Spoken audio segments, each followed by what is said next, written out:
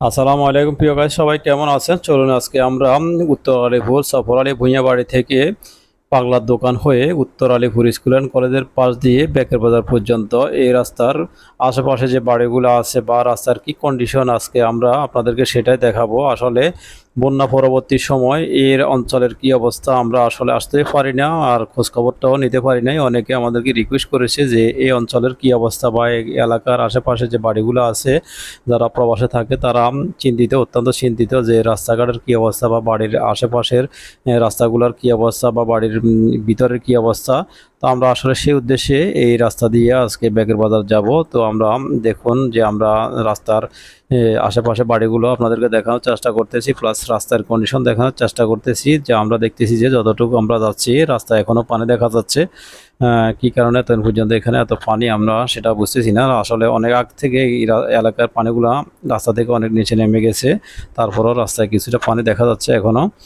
আর রাস্তার যে কন্ডিশন সেটা অত্যন্ত খারাপ। রাস্তা আসলে অনেক অংশ ভেঙে গেছে। রাস্তার অনেক জায়গায় আমরা দেখতেছি গর্ত সৃষ্টি হয়ে গেছে।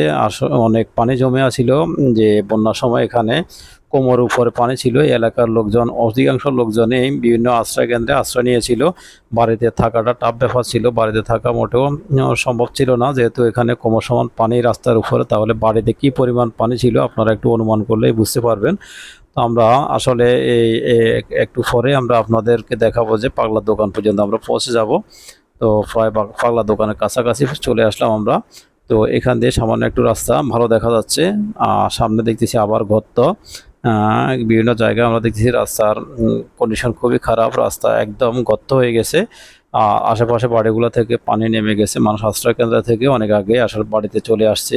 তো এখনও কাঁচা ঘর বাড়ি যেগুলো আছে এগুলার অনেক জায়গা চুলও নষ্ট হয়ে গেছে, এখনও মানুষ গ্যাসে রান্না করতেছে, যেহেতু মাটিগুলো এখনও দেখা যাচ্ছে ভিজা।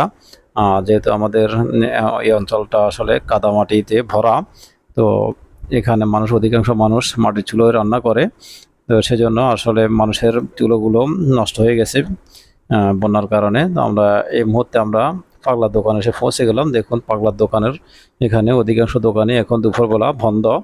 একটা চা দোকান খোলা আছে। আর রাস্তার কন্ডিশন দেখুন, পাগলার দোকানের এখানেও রাস্তার কন্ডিশন খুবই খারাপ।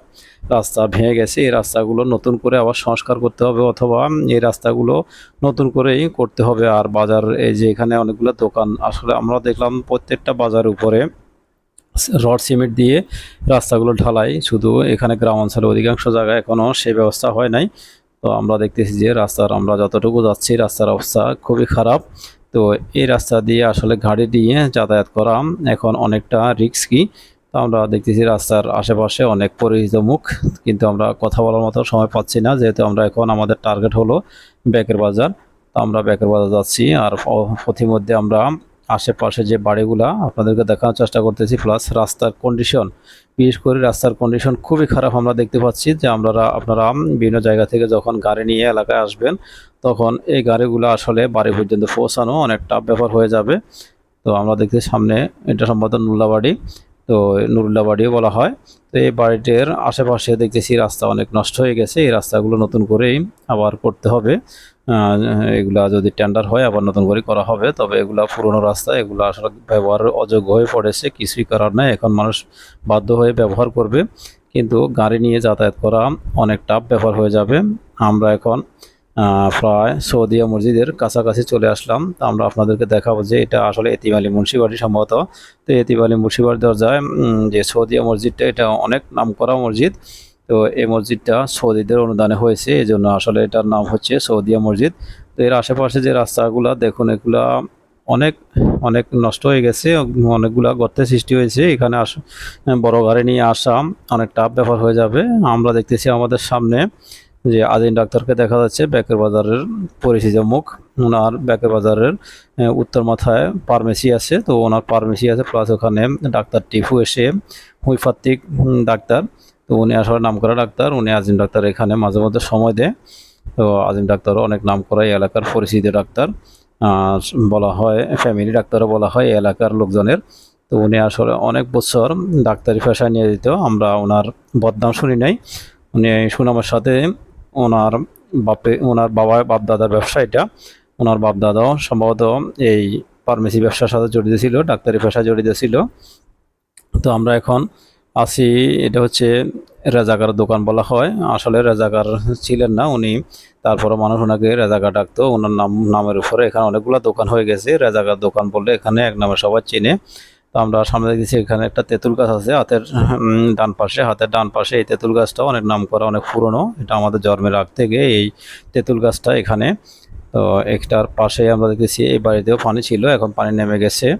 তো এটা সম্ভবত নিজাম মেম্বারদের বাড়ি, ওই বাড়িতেও পানি ছিল, এখন পানি নেমে গেছে। তো সামনে আমরা দেখতে পাচ্ছি যে এটা হচ্ছে উত্তর আলিপুর জানা মিয়া বাড়ি রোড।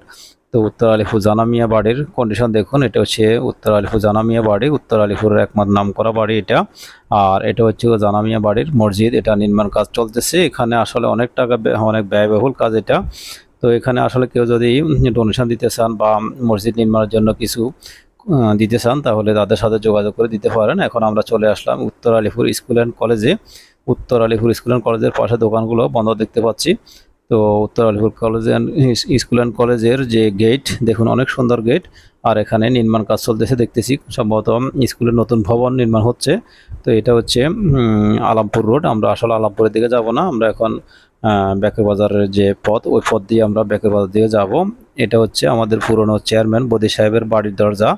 তো ওনার বাড়ির দরজা আমরা দেখি একটা খুব সুন্দর মসজিদ হয়েছে, এটা চৌধুরী বাড়িও বলা হয়। আর সামনে আমরা হাতের বামে, এটা হচ্ছে মাঝি বাড়ি, উত্তর আলিপুর মাঝি বাড়ি এক নামে সবাই চেনে, এই বাড়িটা অনেক নাম করা বাড়ি। আর হাতের ডানে আছে আমরা দেখতেছি খিজির আহমদ, ব্যাকের বাজার বিশিষ্ট ব্যবসায়ী খিজির আহমদ মিয়ার বাড়ি। তো উনি সম্পর্কে নানা হয়, তো ওনার বাড়ি। এই বাড়িতেও পানি ছিল, এখানে নতুন আরেকটা ভবন হয়েছে, এটা কে করছে আমি সঠিক জানি না। এখানে অনেকগুলো হাতের ভামেও দেখতেছি দোকানপাট প্লাস বাড়ি হয়ে গেছে। তো আসলে অনেক দিন আসি না, এই জন্য আমরা অনেকের বাড়িঘর নতুন হয়েছে এগুলো জানি না কার কোনটা বাড়ি। তো আমরা দেখতেছি যে হাতের ডানে এটা হচ্ছে মামুন চেয়ারম্যানদের বাড়ি। তো আবার আমরা একটু সামনে আসার পরে হাতের বামে এটা তৈল ব্যাপারী বাড়ি রোড, আর হাতের ডানে আরেকটা রোড গেছে, সেটা হচ্ছে উত্তর আলিপুর সেরাংবাড়ি রোড। অর্থাৎ ওখানে ঢাকার বিশিষ্ট ব্যবসায়ী রহিম ভাইদের বাড়িও ওই ওই রাস্তায়। তো আমরা এখন সামনে যাচ্ছি, আসলে ব্যাগবাজার প্রায় কাছাকাছি এসে পৌঁছে গেছি। এখানে কয়েকটা বাড়ি দেখতেছি, এগুলো নতুন বাড়ি, এটা সম্ভবত হেলাল ভাইয়ের বাড়ি। তো আমরা আরেকটু সামনে গেলে আমরা হাতের বামেও দেখতেছি অনেকগুলো বাড়ি হয়ে গেছে, এখানে করিম ডেকোরেশনের জসিম মিয়ার বাড়িও এটা। আরেকটু সামনে গেলে আমরা হাতের বামে দেখতে পাচ্ছি এখানে মামুনদের বাড়ি, মামুন মাসুম এদের বাড়ি। আর আরেকটু সামনে আসার পর আমরা দেখতেছি এখানে আতিক বাদল শিক্ষক প্লাস সাংবাদিক, ওনাদের বাড়ি হাতের ডানে বামে দুইটা বাড়ি, আসলে ওনাদের সাইম ডাক্তারদের বাড়িও এটা। তো আমরা এখন প্রায় ব্যাকের বাজারের কাছাকাছি পৌঁছে গেলাম। ব্যাকের বাজারের যে উত্তর আলিপুর স্কুল অ্যান্ড কলেজের গেটটা আমরা দেখতে পাচ্ছি এখানে। আমরা এখন ব্যাকের বাজারে এসে পৌঁছে গেলাম, এটা হচ্ছে হাইওয়ে রোড, ফেনীমাইজি মহাসড়ক। আমরা এখন ব্যাকের বাজারে এসে পৌঁছে গেলাম বন্ধুরা। তো দীর্ঘক্ষণ আমাদের সাথে থাকার জন্য আপনাদের সবাইকে আন্তরিক অভিনন্দন ও শুভেচ্ছা। সবাই ভালো থাকবেন, সুস্থ থাকবেন। আজ এ পর্যন্ত বন্ধুরা। এটা আমরা এখন ব্যাকের বাজার চলে আসলাম, এটা হচ্ছে ব্যাকের বাজার চিত্র। তো দেখুন ব্যাকের বাজারও এখন দুপুরবেলা, অধিকাংশ দোকানপাট বন্ধ, বাজার এখন নিস্তব্ধ, নীরবতা বলা যায়, শুনশান পরিবেশ, কোনো যানজট নেই, মানুষের কোলাহল নেই।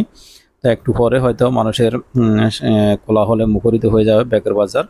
তো বন্ধুরা, আজ এ পর্যন্ত, আল্লাহ হাফেজ।